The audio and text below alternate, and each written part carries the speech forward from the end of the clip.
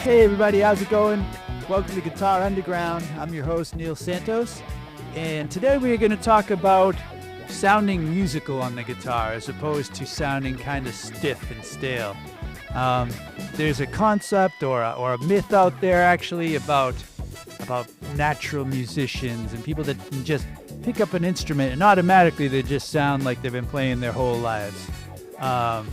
And a lot of the students I've run across and people tend to think you're born with some sort of musical gene, and if you don't have it, you're on the outside. You're now a spectator. You're forced to watch for the rest of your life, no matter how hard you try. And I don't think that's true. I don't think it's true. Do you think it's true? I hope not. Well, today we're going to look at it and see what you think after the podcast. See if we agree. If you feel like an outsider looking in, even if you've been practicing for months or years and you're failing, I propose that you're just in the mechanical phase of your learning. And this can come and go as you learn. You might be a very good player, and then when you learn a new concept, you're back in that mechanical phase for that concept, for that technique. So that's another thing to think about. It's not just black and white. It's very specific towards what you're learning. So today, we're going to deconstruct why the barrier exists and how to shift it from operating a machine to making a statement, right? You're not just playing at the guitar, you're playing with the guitar, with the music around it. So let's get into 5 reasons why you don't feel musical, and then we're going to talk about 5 tips to how you can start feeling musical and improve your musicality, all right? The first reason maybe that you don't feel musical is what I like to call the technical ceiling, right? So you're so focused on where your fingers go that there's no CPU power left to actually listen to what you're playing. And this is a really interesting concept once you start getting into it, right? Like when we first start playing, we're trying to make sure we can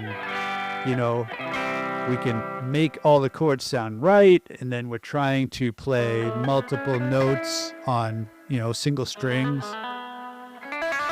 You're trying to pick and synchronize your hands, right? It's all these mechanical things that have to go along with playing guitar that, sometimes even when we're jamming along with the song, we're not really listening to ourselves, right? Whenever I talk to other great players that are in the scene and jamming and doing it, I'm like, what separates, these musicians apart from other musicians? And a big answer I get all the time, or a common answer I get all the time, is they have big ears. That's what they call it. So they're listening to other players in the band, not only themselves, but the other players jamming, and how what they're doing is fitting in with what the other players are playing, right? And that's huge. I mean, it's music. It's all about how these different elements blend together. If you're playing with other people, or if you're playing by yourself, it's just listening to yourself and like, does this sound musical? You have to kind of separate your thought from whatever's happening down here in your hand or this hand, and or the metronome or whatever, and just try to make it sound musical. All right, so that's the technical ceiling.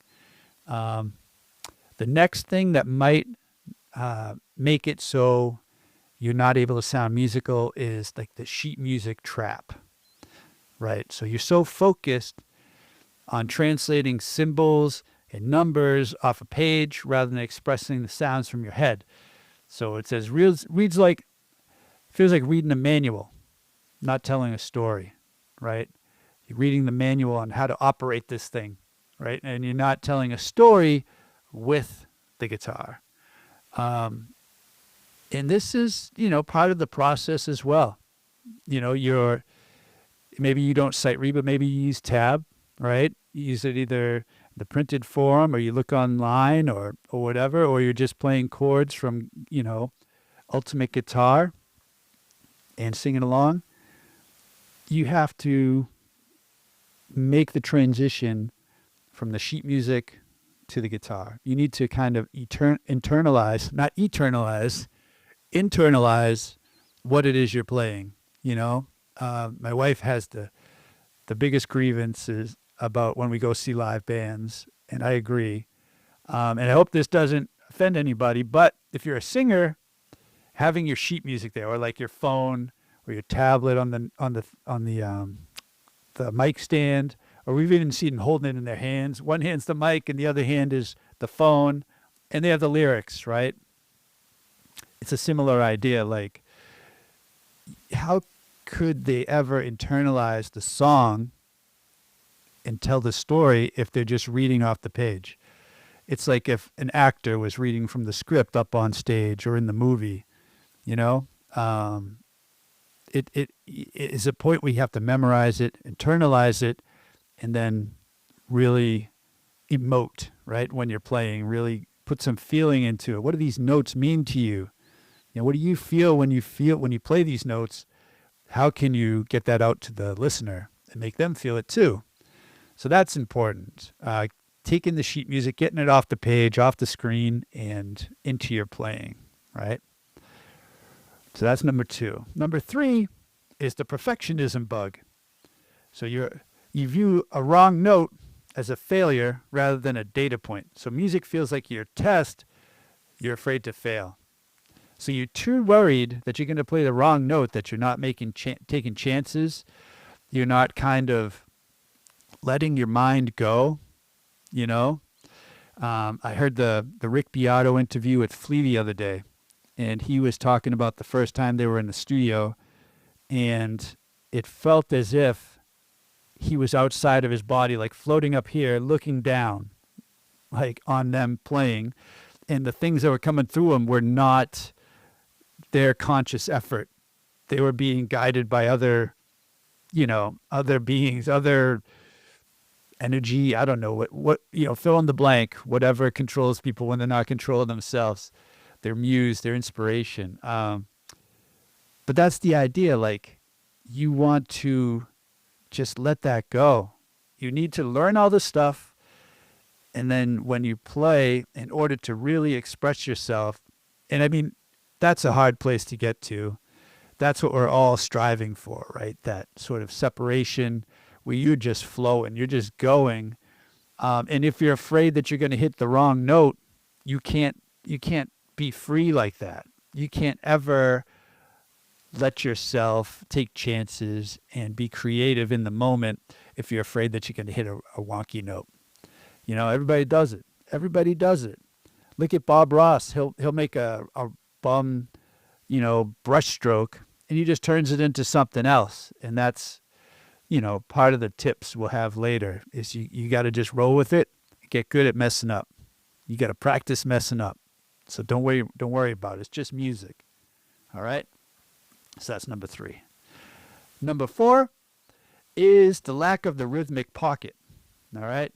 You might be hitting the right notes, but if they aren't sitting in the rhythm, they won't feel like music. They'll feel like noise, right? It's like sometimes both of my kids are talking to me at the same time, and I can't understand either. I'm trying to follow both conversations, and finally I'm just like, you're both talking at the same time. Okay. One then the other, and if you're playing the right, and they're not saying anything wrong, they're saying the right words, but they're just both saying it out of sync or something. And if you're doing that with music, if the band's playing one thing and you're playing ahead of them or behind them or a little of both, a little from column A, column B, it's going to sound bad. It's never going to sound musical. It's going to sound like a mess. So playing right in the pocket, that's so important. So practicing that is going to help you sound musical. Rhythm is half of music. If you're a drummer, it's all of music. But if you're any sort of harmonic instrument person, melodic, it's half of it. Half of it is all rhythm, and the other half is melody and chords and harmony and all that stuff. So that's all divided, but rhythm is so much a part of it for every instrument. Okay. Number 5, the final reason here, there might be others, but the final reason I've identified as possibly keeping you from sounding musical as you would like to sound is the comparison curse, right? Especially these days with social media. You're competing your behind the scenes practice footage with your eyes and your ears, or if you record yourself, to someone else's greatest hits album. You know what I mean? Like, it's not fair. It's not a fair comparison. You watch someone jamming online, they might have spent all day getting that 25 seconds of jamming or whatever, just to blow you away so they can get more views and more likes and, validation or whatever they're looking for. But you're with yourself all the time. You're seeing all the mess ups. You're seeing everything that you're doing that might not sound as musical as that person's 25 seconds, So maybe that's it. And really, you just got to take it easy on yourself, They have moments just like that too, and you need to know that they're not perfect. They don't play like that all the time, especially when they're working on new stuff. So you'd hope they would, if they're any good and they got to this level, a lot of the time they're working on stuff they're not good at, right? They put in the time, they put in the effort to get to that level.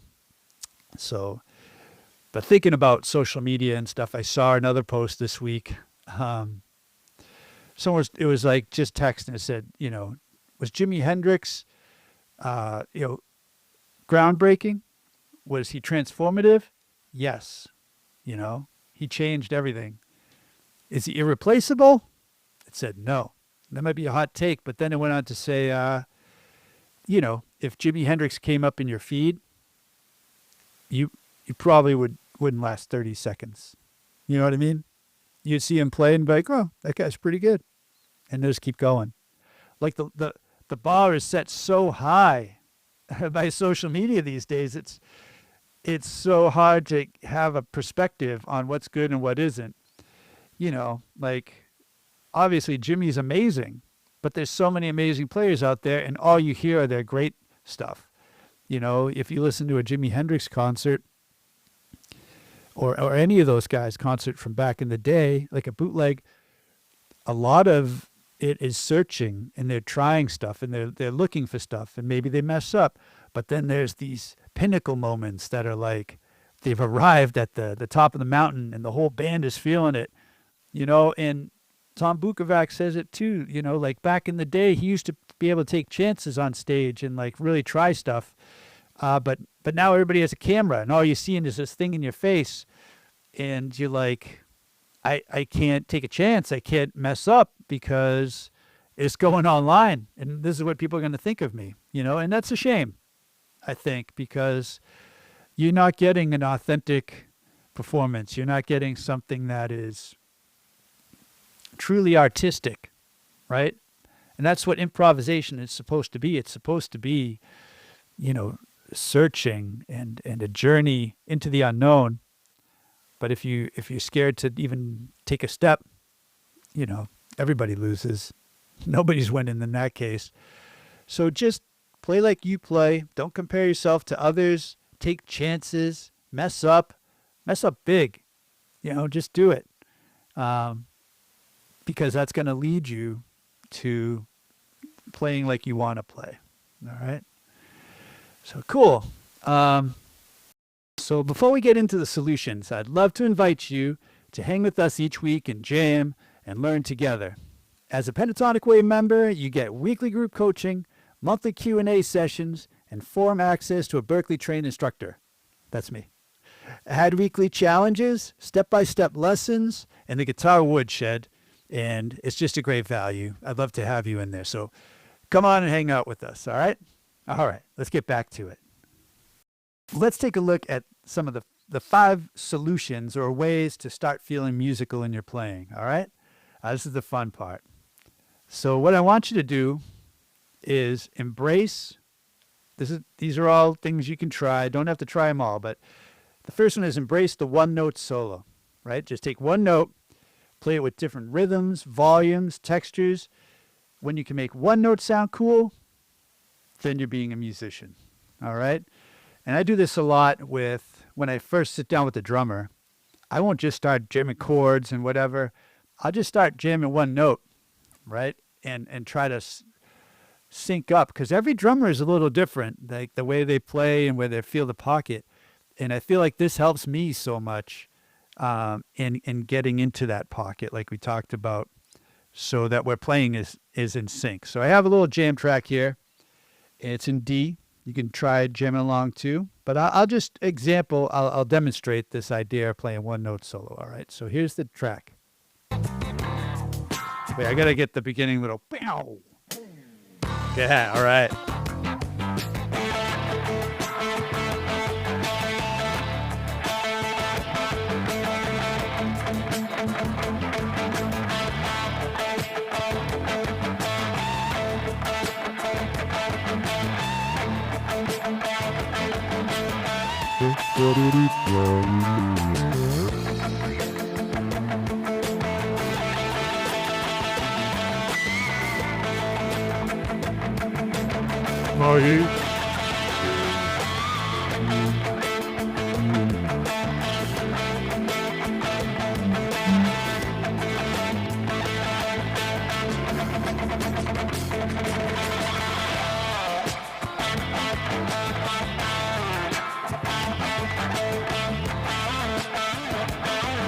That's adding extra notes. That's against the rules.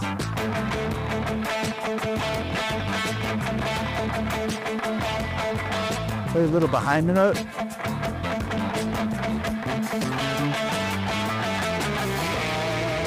I don't know. All right. Eventually you would go off and play other notes, but you see the idea. Little volume, changing the texture by adding pick harmonics or muting. The duration, the rhythmic motifs, try to, create something that sounds rhythmically interesting, almost like rap, right? I listen to a lot of rap because it's not because there's a lot of guitar in it, hardly any usually, but it's because they are limited by what they do harmonic-wise, like harmonically, their melody. Most of the time, they're just within one or two notes, but they keep you interested the entire time, not only with the words, but with their flow, right? And every rapper flows differently. Eminem flows differently than Biggie, then flows differently from Drake or whatever. Macklemore, the thrift shop guy. I love that song. So if you look to them, you can find interesting rhythms. And if you're doing that with one note, once you branch off and starting adding other notes, all that stuff still applies. All that, rhythmic texture, rhythmic variations, the texture of the notes, the volume of your playing, right? And that's going to translate into more musical playing, more musical phrases. You just be adding more notes. So that's a cool exercise you can try. That's number one, the one note solo. All right, here's another one. It's going to help you hear, right? Help you have big ears. And this is simply to close your eyes when you play. I do that a lot, like especially live, because there's so much stimulation coming at you. Like you're looking at the audience, there's lights flashing, someone messes up, I mess up. So if you just close your eyes, and now it's just your ears and your fingers, and you're playing, but you got to be able to navigate the neck without seeing. So that helps too.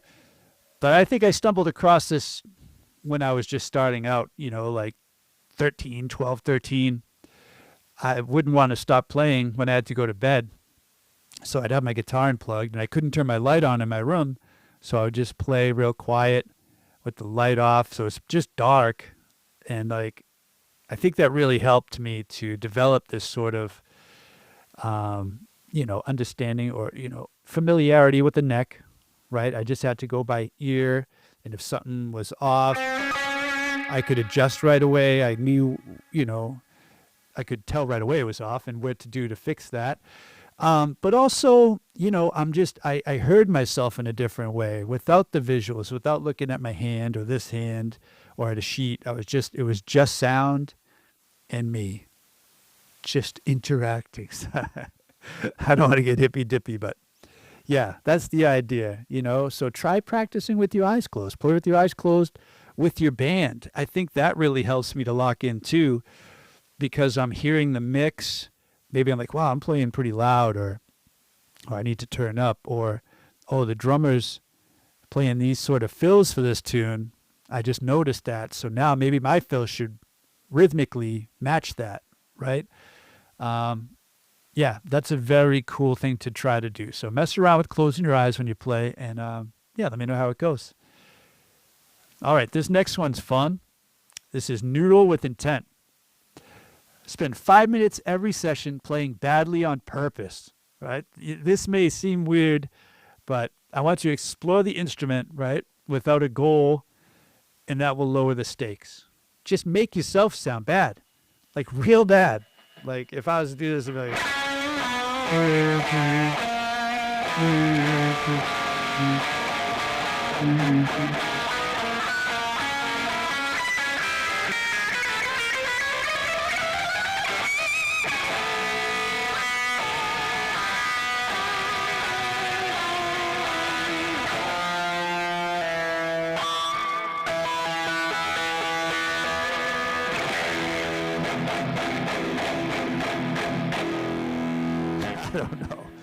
I don't know.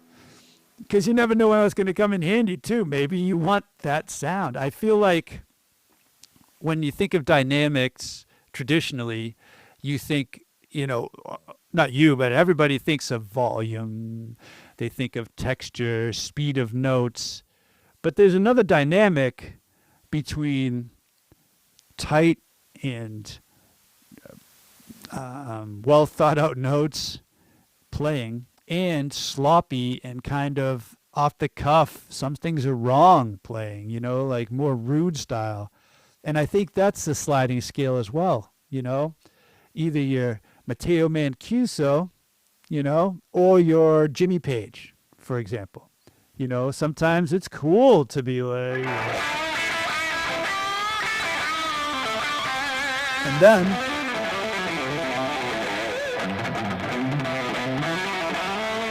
this sort of technical, really precise sounding stuff, and in between, all within the same solo.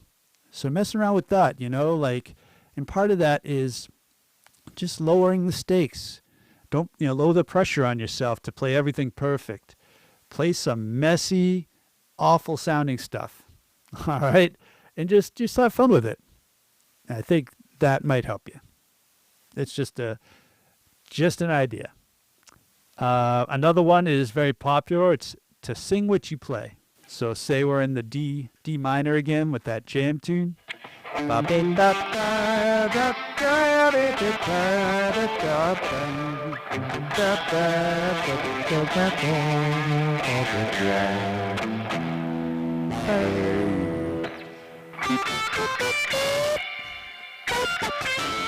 not very good at it.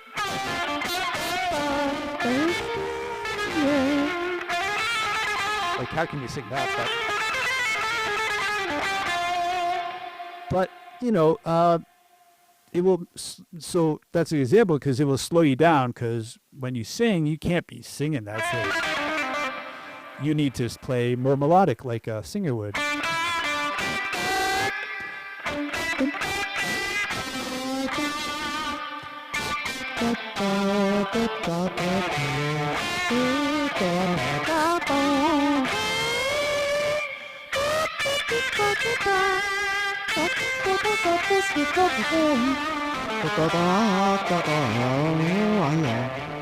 I don't know. My voice isn't the best. That's why I play guitar. But that's the idea. It doesn't need to be to sing along with yourself. You're the only one there, right? So that's another tip. Sing along with yourself. And then finally, and this worked for me so much, is to simplify the palette. Use the pentatonic scale. That's what I do. And I just re-aim it for every chord. That's what we work on in the membership, but it helps because there's no wrong notes if you do it that way. And you can take chances. You know what I mean? And you can play sloppy and know the notes are going to be right. Or you can play super technical and fast. It's like the best. It's the best. There, I said it. But let me show you. If you go back to that jam track, and I'm starting to just jam maybe D melodic minor or D harmonic minor. Nah, just D natural minor.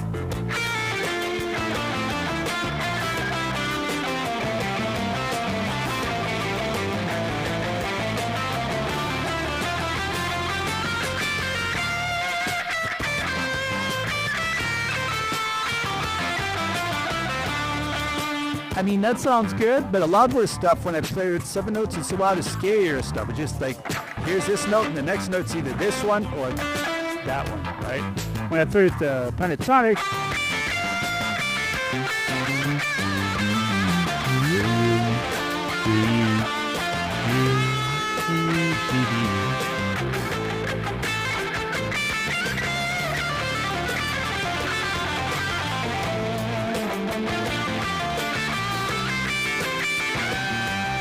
then maybe